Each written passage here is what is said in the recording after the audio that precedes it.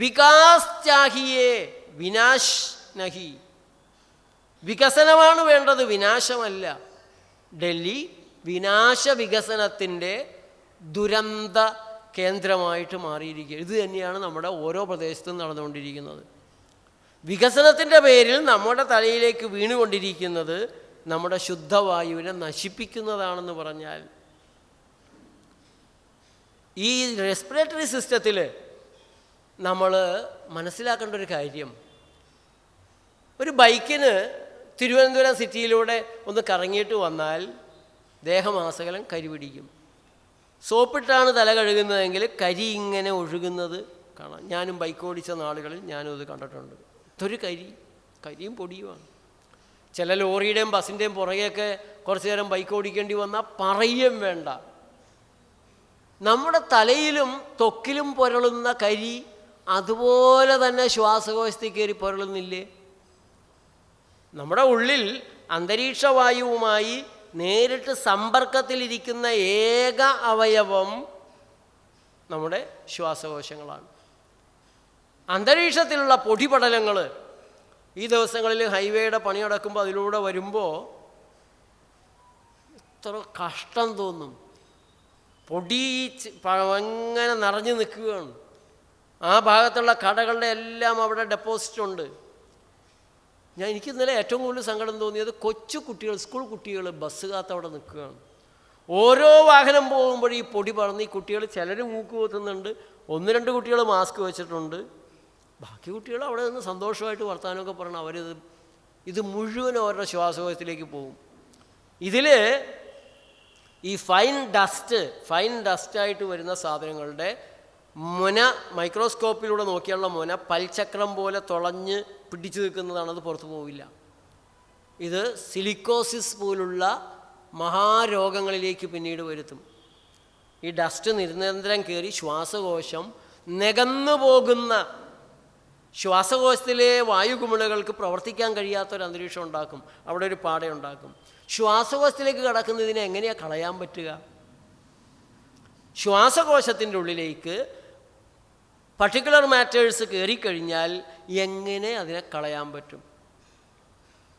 ഫുട്ബോളിൻ്റെ bladder പോലെ പണ്ടൊക്കെ ഞങ്ങൾ ഫുട്ബോൾ കളിക്കുമ്പോൾ ബ്ലാഡർ ഇങ്ങനെ നെക്കുണ്ട്, അതൊക്കെ കെട്ടി വെച്ചിട്ട് ഊതി വീർപ്പിച്ചൊക്കെയാണ്. അതുപോലെ ഇരിക്കുകയാണ് ഈ ശ്വാസകോശങ്ങൾ.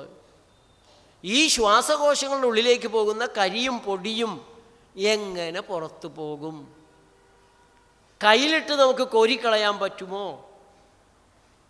പുറത്തു പോകാൻ ചുമക്കുക, തുമ്മുക, 40 കിലോമീറ്റർ സ്പീഡിലാണ് തെറിച്ചു പോകുന്നത് അഴുക്ക്. ശ്വാസകോശം ശുദ്ധീകരിക്കാൻ ഇങ്ങനെയുള്ള വഴികളൊക്കെ ഉള്ളൂ. സമ്മതിക്കുമോ? ഒയ്യോ കൊച്ചിന് ചുമയാണ് ഡോക്ടറേ, 2 ദിവസമായി ചുമ ഡോക്ടറെ തുടങ്ങിയിട്ട് അപ്പുറത്തെ ഡോക്ടറുടെ മരുന്ന് കൊടുത്തിട്ട് മാറില്ല ഡോക്ടറേ, കൊണ്ട് ചെല്ലുകയാണ്. 2ാമത്തെ ദിവസം കൊണ്ട് 3ാമത്തെ ഡോക്ടറെ അടുത്താണ്. ഏത് ഡോക്ടർ തരുന്ന മരുന്ന് കൊണ്ടാണ് കൊച്ചിൻ്റെ ചുമയൊന്ന് മാറി കിട്ടുക? കൊച്ച് ചുമച്ച് അയ്യോ ക്ഷീണിച്ചു, തളർന്നു, അവശതയായി, കണ്ടു നിൽക്കാൻ പറ്റണില്ല അമ്മയ്ക്ക്. ഡോക്ടറേ എങ്ങനെയെങ്കിലും ഒന്ന് മാറ്റിത്താ ഡോക്ടറെ, ആൻറ്റിബയോട്ടിക്കോ അങ്കിൾബയോട്ടിക്കോ എന്തെങ്കിലും കൊടുത്ത് ചുമയൊന്ന് മാറ്റിത്താ ഡോക്ടറെ. മാറിയില്ലെങ്കിൽ അടുത്ത ഡോക്ടറെ അടുത്തേക്ക് പോവുകയും ചെയ്യും. അങ്ങനെ രോഗിയെ നഷ്ടപ്പെടാതിരിക്കാൻ ഡോക്ടർമാർ ആത്മാർത്ഥമായിട്ട് തന്നെ ചുമ നിർത്താനുള്ള പണികൾ ചെയ്തു കൊടുക്കും. അതോടെ ചുമ മാറും, ശ്വാസകോശത്തിനുള്ളിൽ പെട്ടതെല്ലാം അവിടെ സ്ഥിരമാകും. ആ കുട്ടിയുടെ ജീവിതകാലം മുഴുവൻ ദുരിതം.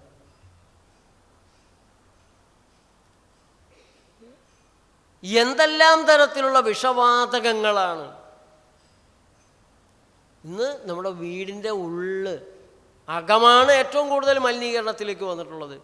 ഒരു ട്രാഫിക് ജംഗ്ഷനിലുള്ളതിൻ്റെ പല മടങ്ങ്, പല ഇരട്ടി മാലിന്യമാണ് പലരുടെയും വീടിൻ്റെ ഉള്ളിലുള്ളത്. ഒരു പേഷ്യൻ്റെ വീട്ടിൽ ഞാൻ ചെന്നു, ആസ്തുമ നമ്മുടെ ട്രീറ്റ്മെൻറ്റ് എടുത്തതാണ്, പിന്നെയും വന്നു, പിന്നെ നമ്മുടെ ട്രീറ്റ്മെൻറ്റ് ചെയ്ത് മാറി, പിന്നെയും പോയി. അങ്ങനെ നിൽക്കുമ്പോഴാണ് ഞാൻ അവരുടെ വീട്ടിൽ പോകുന്നത്. അപ്പോൾ ഞാൻ എൻ്റെ ഒരു വളരെ അടുത്ത് ബന്ധമുള്ള ഒരു വീടൊക്കെ കൂടി ആയതുകൊണ്ട് കിടക്കണ മുറി ഏതാന്ന് ചോദിച്ചു. ആ മുറി നോക്കുമ്പോൾ രണ്ട് ജനൽ ആ ഭാഗത്തുള്ളത് തുറക്കാൻ പറ്റാത്ത രീതിയിലാണ്. ഒരു ജനലുണ്ട്, അവിടെ കിടക്കുന്ന കർട്ടൻ ഏതോ കാലത്ത് വെള്ളം കണ്ടിട്ടുള്ളതാണ്, നിറച്ച് പൊടിയുണ്ട്. പിന്നെ കട്ടിൽ, ബെഡെന്നൊക്കെ പറഞ്ഞാൽ ആ വീട്ടിലുള്ള ചെറുപ്പക്കാരായിട്ടുള്ള മക്കളും മരുമക്കളൊക്കെ ഉപയോഗിച്ചിട്ട് മാറ്റിയ ഒരു പതിഞ്ഞു പോയ ഒരു ബെഡാണ് ഇട്ടിരിക്കുന്നത്. അതിലെ ബെഡ്ഷീറ്റ് പുതപ്പൊക്കെ ഉണ്ട്, വേറെ മുഷിഞ്ഞ തുണികൾ അവിടെ മുഴുവൻ ഇങ്ങനെ അയ കെട്ടിയിട്ട് തൂക്കിയിട്ടിട്ടുണ്ട്. ഈ മുറി കിടന്നാൽ പൊടിപടലങ്ങൾ നമ്മൾ കാണില്ല. അവരുടെ ആസ്തമ എങ്ങനെയാണ് മാറുക? ഈ തുറന്നു കിടക്കുന്ന ജനലിലൂടെ ഇങ്ങോട്ട് കയറുന്നതും വഴിവെക്കി എന്നുള്ള പുകയും കരിയാണെങ്കിൽ ആ മുറി ഒരു ഗ്യാസ് ചേംബറാണ്, ഡസ്റ്റ് ചേംബറാണ്. അടിച്ച് തൂത്ത് നീറ്റാക്കി കിടക്കുന്ന കട്ടിലും ബെഡ്ഷീറ്റും ബെഡും അതും ഫ്രഷ് അല്ലാതെ ഒരു സാധനം പാടില്ല കിടപ്പുമുറിയിൽ. പഴയ പത്രക്കടലാസ്, പഴയ പുസ്തകങ്ങൾ, ചിലരുടെ മുറിയിൽ പഴയ കമ്പ്യൂട്ടറുകൾ വരെ ഡംപ് ചെയ്തിട്ടിരിക്കുകയാണ്. ഈ മുറിയുടെ മുകളിൽ ചെറിയൊരു തട്ടും കൂടെ കെട്ടിയിട്ട് അവിടെ കയറ്റി പല സാധനങ്ങളും വെച്ചിട്ടുണ്ടാവും. പല വീടുകളിൽ നിന്നും ഞാനതെല്ലാം എടുത്ത് മാറ്റിച്ച് ക്ലീനാക്കിയിട്ടുണ്ട്.